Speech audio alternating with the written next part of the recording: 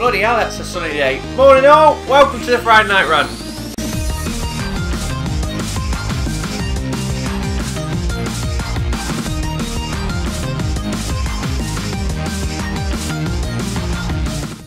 So it is Friday and you're lucky you've got a video today because, again, I didn't know it's Friday. It's terrible. Tell you now, working for yourself, you just haven't got a clue what day or week or month or year you're in. But nonetheless, I thought I'll grab the camera. I was going to say it's a quickie because Mario Kart is on its way, but it's stupid me saying it's quickie because I said that last week and it turned out to be like a 20-minute rant. But we've got some stuff to talk about this week, so let's jump in. But before we do, I am now attempting to get us working audio today. I've got Audacity, that's the name of an electric company. Audacity running. I64X has told me to use it, so if it doesn't work, we all get our pitchforks and we burn his ass down. So hopefully this is going to work now, so fingers crossed.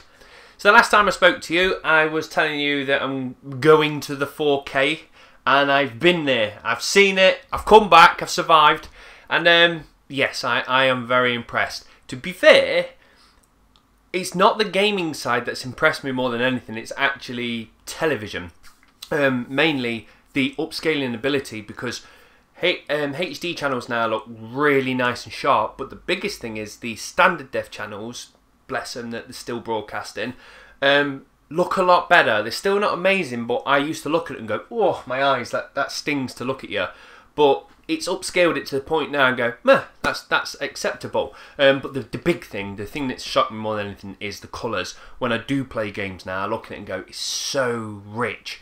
I've been playing City Skylines, and because I am heavily addicted to that game at the moment, I'm actually playing it a bit on the computer. I'm just streaming up here. So I'm used to these very old screens, which are probably like 7 years old now. So I've played like a heavy amount on it, and then I go back downstairs and I turn the big TV on and I go, fucking hell. So yes, I'm very, very impressed by it. But as for the Scorpio, like I said, we need to know what it's actually going to be selling us with, more than just going, I need the more frames, I need the game. So we'll see. But yes, City Skylines, I do love a game that gets me addicted, but at the same time I fucking hate it, because it's one of them ones I play it and then I go, right, that's enough. I put it down and then I go and do something and it's there just scratching at the back of the head going, play me. So I've put a decent wedge into that. But I will say, anybody that's on the fence about getting it, be warned, it's a very slow-paced game. If you've ever played Tropico or anything like that, Tropico is fast-paced, constantly giving you missions. You can fast-forward time, so all the time you go in. Whereas City Skylines doesn't have the ability to fast-forward time. Now, I know if you have it on a PC, you can get some Steam Workshop mods going, so obviously you can get around that. But as for console at the moment, you have pause or play. And I think a day lasts about 15 seconds, which sounds quite short, but when you're waiting for that cash to come in, it is a case of just sitting, well, not sitting staring at the screen, getting your phone out and actually just surfing Reddit or something like that. So it's a slow-paced game to start off with, but now I've got a bigger and bigger city, more things keep going wrong, so I've constantly got my finger in many pies trying to fix them all.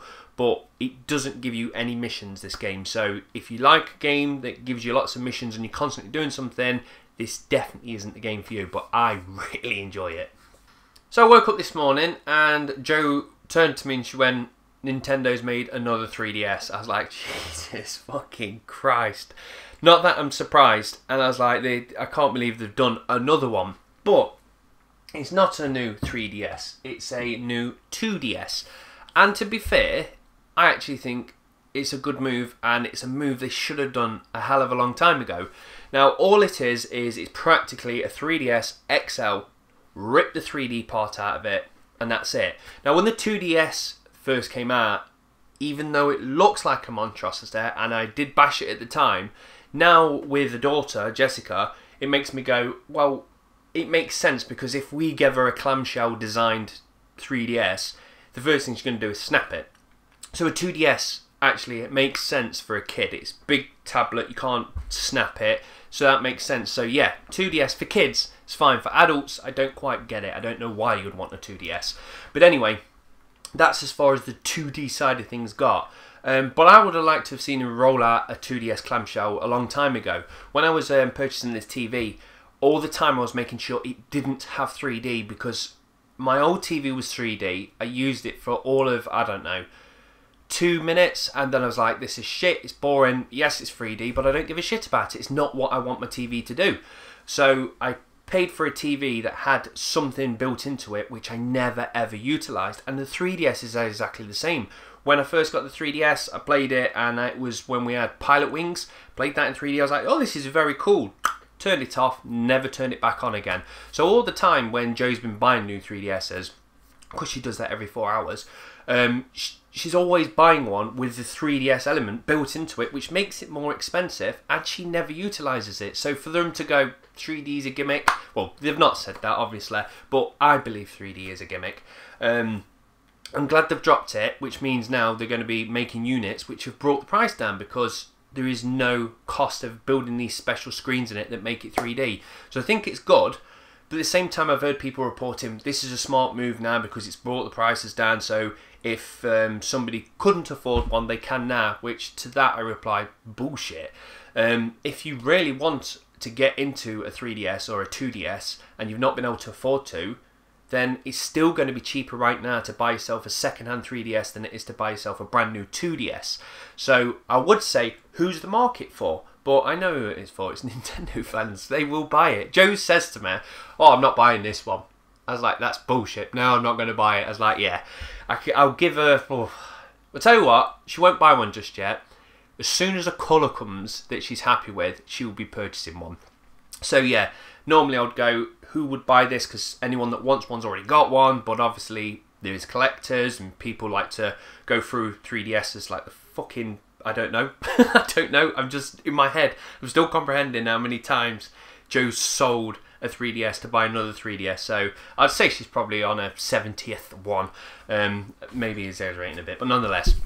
So yes, they're doing a 2DS, and I think it's a good move because I think 3D shit. But that should be it, and it's July the 28th. And my microphone just rolled backwards a little bit. Yes, so that's July, and that means we're probably going to be seeing a Mario, a Luigi edition. There's going to be all the different bells and whistles that Nintendo do. Which has surprised me. The Switch is not very old, but I would have thought we would have already got some different... Mike! So we've nailed the audio recording, we think, but we haven't used enough sellotape to keep the microphone in place. Right, we're good? We're good. So the next thing I want to talk about is hacking. So normally when articles write about hacking against Sony and Microsoft and whatnot, it always pisses me off because they always say, hack, these people hacked, when what they did is run a script, which is a denial of service attack, which chokes a server and stops everyone connecting to it. That is not hacking, it's script running. I like when people call them script kiddies because it just makes them look like twats, where when you say the word hacking it makes them sound like legends. But yeah, so every time I hear the word hacking it always pisses me off. But nonetheless, this week I read an article which made me go, yay, I'm happy. And that is regarding Adam Mudd. Now, Adam Mudd is a guy from Britain. I think he's from Manchester. And what he did is he set up his own little software company with the name Titanium Stress Program. So we built a DDoS server. And what he did is charged people to be able to have access to it. So he was charging £309.99 for 30,000 seconds of the service, which accumulates to 62 pence a minute.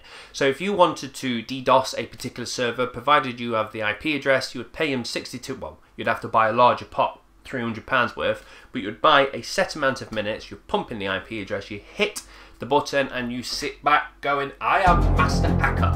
So anyway, he's been running this service and it's hit loads of people, Sony, Microsoft, many different gaming companies. Well, the thing is, he's not controlling what it's actually hitting. He's made the service, he has used it himself, even brought down his university at one point, but he's allowed people to jump onto the bandwagon, which anyone that's got any beef or wants to go, I know, everyone's going to get a console for Christmas, let me fuck their Christmas up, and then they pump in the IP address and they just cause shit for everybody.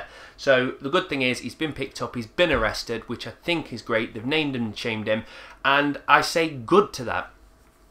But the thing that bugs me more than anything is the news are reporting it, and we've got his name and we've got his face, and this is good because I want to kind of make an example of him so people go, shit, you can be arrested, you can be caught.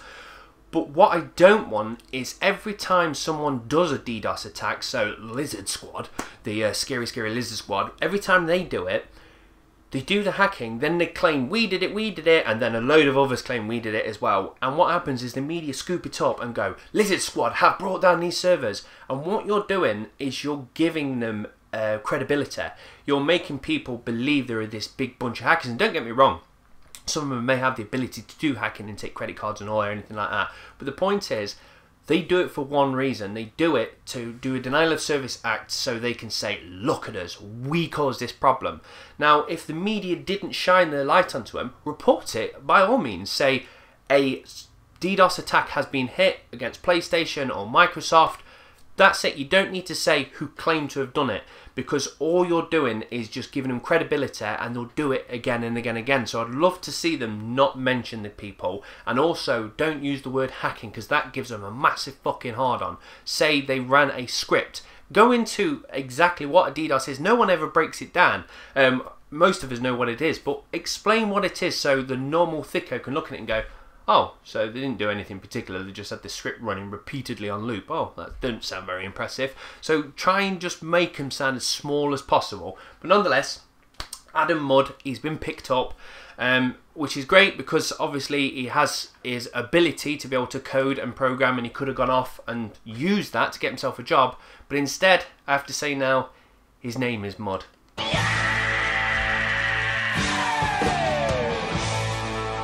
And wow!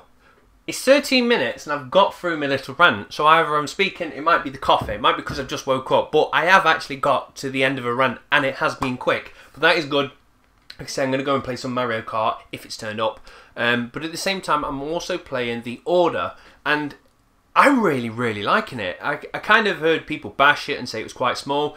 I don't know why they're saying it's quite small, because I'm not even halfway through and it's took me about 3 hours so far. So I think it's going to take me around about 8 hours to complete, which to me is around about the size of a Tomb Raider or them kind of games anyway. So yeah, but the actual game, I'm loving the story. The graphics are really nice and polished. And I like the weird, quirky weapons. It's nice to actually be given this set of weapons like a steampunky, crazy vibe, but they act differently. It's nice to actually be able to fire a weapon that just doesn't do the same shit. Oh, speaking of firing weapons, before we go, we have got the Call of Duty World War II trailer that came out, I think last night or the night before, and I personally don't like CODs. The two fast-paced stab, spawn, kill. I like Battlefield so I can breathe in the atmosphere, take the second to get my shot and fire that sniper rifle. But I'll never say never, and looking at Call of Duty, it actually looks a hell of a lot better than I ever expected. The graphics are polished, and from what I've seen of the campaign video, because we haven't seen online, it really makes me go, I'd like to play through that campaign. There's only one thing that makes me go, I don't want to do it. It's because I've just done the same fucking missions in Battlefield. There's the tank scenes. The tank's going to break down. You're going to probably have to go out and scout and see if there's some enemies in front. It feels like it's the exact same stuff. Now, I'm not saying they've copied, because I can only assume they've been working on this title maybe a year or two before Battlefield was announced. But nonetheless, it's just a shame that both of them are doing the same genre. And if I'm going to play one, because I've not been playing FPS for ages now, I got FPS'd out and I had to put it down. I sold Battlefield because I was just like, I've done too much shooting people online. I want to play something different. So if I am going to go back to pick up an FPS, I don't want to pick up exactly where I left off. So I don't know. I'll wait until we see what the online looks like. And if it does tempt me in a little bit, I'll probably end up buying it and then just playing it for a month and selling it. But nonetheless, never say never. So yes, it looks a hell of a lot better for a COD, but the selling side of it is going to be online to me to see exactly if it's going to be a nice slow-paced shooter, or is it just going to be crazy care package, stab, respawn. But anyway, we look like i64X is telling the truth. We've got audio things going up and down. Hopefully we can save it and import it. I don't know what it's going to sound like when I drop the mic, But that is me done and dusted, and I'm going to sit and play Mario Kart, which I'm really excited for because it's a colourful game. So I can't wait to see how the TV handles it and upscales it and makes it look super pretty. But that's me done and dusted, so I'll probably catch you last week. Last week? Fucking idiot. Anyway, I'm done and dusted. Thanks for watching, guys. Cheers, bye.